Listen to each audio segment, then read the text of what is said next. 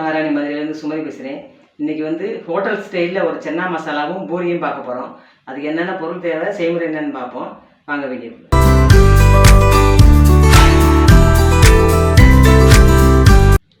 Hotel ஸ்டைலில் சென்னா மசாலா பண்ண போகிறோம். அதுக்கு 200 கிராம் சென்னா வந்து நைட்டே ஊற வச்சு தண்ணி வடிகட்டி எடுத்து வச்சுருக்கேன்.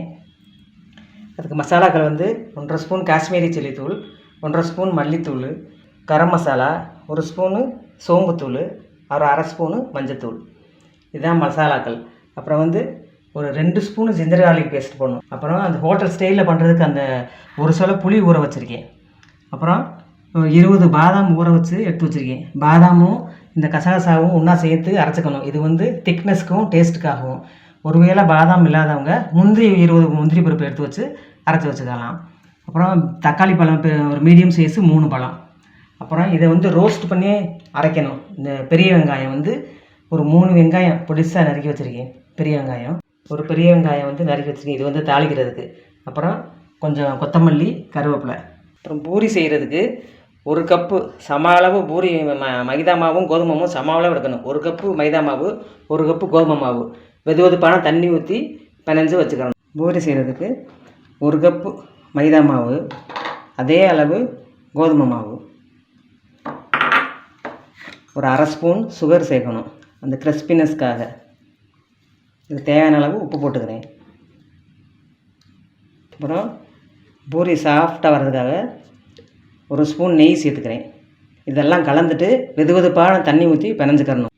இந்த உப்பு, சுகரு, நெய் எல்லா பக்கமும் வர்ற மாதிரி நல்லா கலந்து வச்சுட்டு வெதுவெதுப்பான தண்ணி ஊற்றி பூரிக்கு பிணைஞ்சு வச்சுக்கிறோம். முதல்ல மாவு இந்த பக்குவத்தில் பிணையணும். சப்பாத்தி மாவை விட கொஞ்சம் ஹார்டாக பிணைஞ்சு வச்சுக்கிறணும். இது மூடி வச்சுட்டு ஒரு 1/4 மணி நேரம் அப்படியே இருக்கட்டும். மூடி வச்சிடுறேன். என்ன மசாலா பண்ணுறதுக்கு ஃபஸ்ட்டு ஸ்டவ் ஆன் பண்ணிக்கிறேன். கடாயை வச்சுட்டு அதை கொஞ்சம் எண்ணெய் நல்லா ஊற்றி 3 ஆனியனை பொடிசாக நறுக்கி வச்சுருக்கேன். இதை வந்து நல்லா கோல்டன் ப்ரௌனாக வறுத்துக்கணும். எண்ணெய் ஊற்றிக்கிறேன். எண்ணெய் காஞ்சிருச்சு. இந்த வெங்காயத்தை சேர்த்துக்கிறேன். இதை நல்லா ப்ரௌன் கலராக மாறுற வரைக்கும் வதக்கிக்கிறோம். நல்லா வதங்கட்டும். நல்லா ஹை ஃப்ளேம்லேயே வச்சு வதக்கிக்கிறேன். இப்போ வெங்காயம் நல்லா வதங்கிடுச்சு. இதிலே இப்போ இந்த தக்காளியை சேர்த்துக்குருவோம். தக்காளி வந்து லேசாக வதங்கினா போதும். இந்த வெங்காயம் கோல்டன் ப்ரௌனில் வந்துச்சு. நல்லா தக்காளி வந்து லேசாக வதங்கிடுச்சு. இதை இறக்கி ஆற வச்சு அரைச்சிக்கிடுவோம். வச்ச பாதாமும் கசகசாவும் முதல்ல அரைச்சிக்கிடுவோம். அப்புறம் அதுலேயே இதை வதக்கி வச்ச வெங்காயம் தக்காளியும் வதக்கிடுவோம். கசகசாவும் பாதாம் அரைச்சி வச்சுருக்கோம். அதுலேயே ஒரு சின்ன துண்டு பட்டை, 3 கிராம்பு, ஒரு 1/2 ஸ்டார் அன்னாசி போட்டிருக்கேன். போட்டுட்டு இந்த வதக்கின வெங்காயம் தக்காளியும் சேர்த்து நல்லா பைன் பேஸ்ட்டாக அரைச்சிட்டு வந்துடுறேன். இந்த மாதிரி நல்லா பைன் பேஸ்ட்டாக அரைச்சிட்டு வந்துட்டேன் எல்லாத்தையும். ஸ்டவ் ஆன் பண்ணிக்கிறோம். சென்னா மசாலா பண்ணுறதுக்கு நான் குக்கர்லேயே பண்ணிடுறேன். குக்கரில் பண்ணோம்னா நம்ம 5 நிமிஷத்தில் முடிஞ்சிட வேலை. ஒரு 2 ஸ்பூனு எண்ணெய் ஊற்றிக்கிறேன். இப்போ எண்ணெய் காஞ்சிருச்சு. ஃபஸ்ட்டு பெரிய வெங்காயம் சேர்த்துக்கிறேன். இப்போ 2 ஸ்பூனு ஜிஞ்சர் கார்லிக் பேஸ்ட் போட்டுக்கிறேன். ஏன்னா இந்த ஜிஞ்சர் கார்லிக் பேஸ்ட்டு டாமினேஷன் தான் ரொம்ப இருக்கும் ஹோட்டல்லாம் நம்ம சாப்பிடும்போது. 2 ஸ்பூன் போடுறேன். அப்போ தான் அந்த ஃப்ளேவர் நல்லாயிருக்கும். இது நல்லா பச்சை வாசம் போன அளவுக்கு கிண்டிக்குவோம். இப்போ ஒரு 6 கருவேப்பிலை போட்டுக்கிறேன். ஜிஞ்சர் கார்லிக் பேஸ்ட்டு வந்து பச்சை வாசனை போயிடுச்சு. இப்போ ஃபஸ்ட்டு நம்ம இந்த சென்னாவை சேர்த்துக்குருவோம்.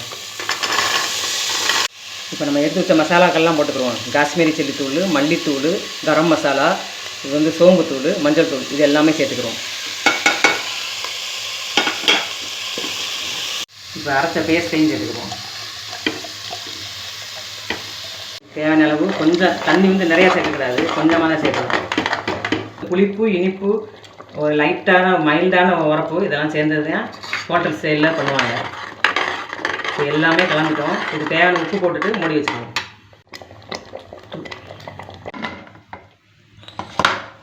விசில் வந்ததும் அப்புறம் அடுப்பை சிம் பண்ணிவிட்டு 5 நிமிஷம் கழித்து அமர்த்தணும். 1/4 மணி நேரம் வைக்கவும் நல்லா சாஃப்ட் ஆகிடுச்சு மாவு. இந்த மாதிரி சைஸில் எல்லாத்தையும் உருண்டிக்கிட்டு அப்புறமா திரட்டிக்கிடுவோம். சப்பாத்தி அளவுக்கு தகடாக இல்லாமல் கொஞ்சம் கனமாக இருக்கும். இந்த மாதிரி சேர்த்து இப்போ இதை வந்து ஒரு விசில் வந்து குறைச்சி வச்சுட்டேன். இப்போ 5 நிமிஷம் ஆச்சு. இறக்கிக்கிறோம். இறக்கிட்டு இது ஸ்டீம் அடங்கின பிறகு திறந்து காமிக்கும். இப்போ கடாயை வச்சுக்கிடுவோம். இது தேவையான அளவு கடலை ஊற்றிக்கிறேன் பூரி செய்கிறதுக்கு. இப்போ எண்ணெய் நல்லா காஞ்சிருச்சு. நல்லா காஞ்சோன்னே தான் இப்போ அடுப்பை சிம் பண்ணிவிட்டு வைக்கணும். ரெடி ஆகிடுச்சு. நீ எடுத்துடும். எல்லா பூரியும் எடுத்தாச்சு. இப்போ ஸ்டீம் அடங்கிடுச்சு. சென்னா மசாலா ரெடி ஆகிடுச்சு. திக்காக எடுத்தேன் பாருங்கள். திக்காக வச்சாதான் சென்னா மசாலா நல்லாயிருக்கும் ஹோட்டல் ஸ்டைலில். அது எண்ணெயெல்லாம் பிரிஞ்சு மேலே வந்து நல்ல கண்டிஷனில் வந்துருக்கு. இதை பவுலுக்கு மாற்றிக்குவோம். கொஞ்சம் கொத்தமல்லி போட்டு கலந்துட்டு மேலாப்பில் கொஞ்சம் போட்டுக்குருவோம். கிரேவி ரெடி ஆச்சு. இப்போ என் பையன் வந்து டேஸ்ட் பார்ப்பார்.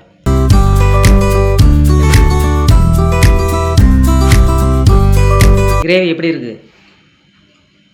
ரொம்ப சூப்பராக இருக்குமா. ஹோட்டலை விட இது ரொம்ப ரொம்ப சூப்பராக இருக்குது. இதே மாதிரி நீங்களும் செஞ்சு பார்த்துட்டு எங்கள் சேனலுக்கு சப்ஸ்கிரைப் பண்ணுங்கள். இந்த சென்னா கிரேவியை ஹோட்டல் ஸ்டைலில் நீங்களும் செஞ்சு பாருங்கள். பூரி எல்லோரும் செய்வோம், தெரிஞ்சதுதான். இந்த மெத்தடில் செஞ்சு பாருங்கள். செஞ்சு பார்த்துட்டு எப்படி இருந்துச்சு நீங்கள் கமெண்ட் பண்ணுங்கள். இந்த வீடியோ உங்களுக்கு பிடிச்சிருந்துச்சுன்னா லைக் பண்ணுங்கள், ஷேர் பண்ணுங்கள், சப்ஸ்கிரைப் பண்ணிக்கோங்க. அடுத்த இன்னொரு ரெசிபியோட அடுத்த வீடியோ பாருங்கள். நன்றி, வணக்கம்.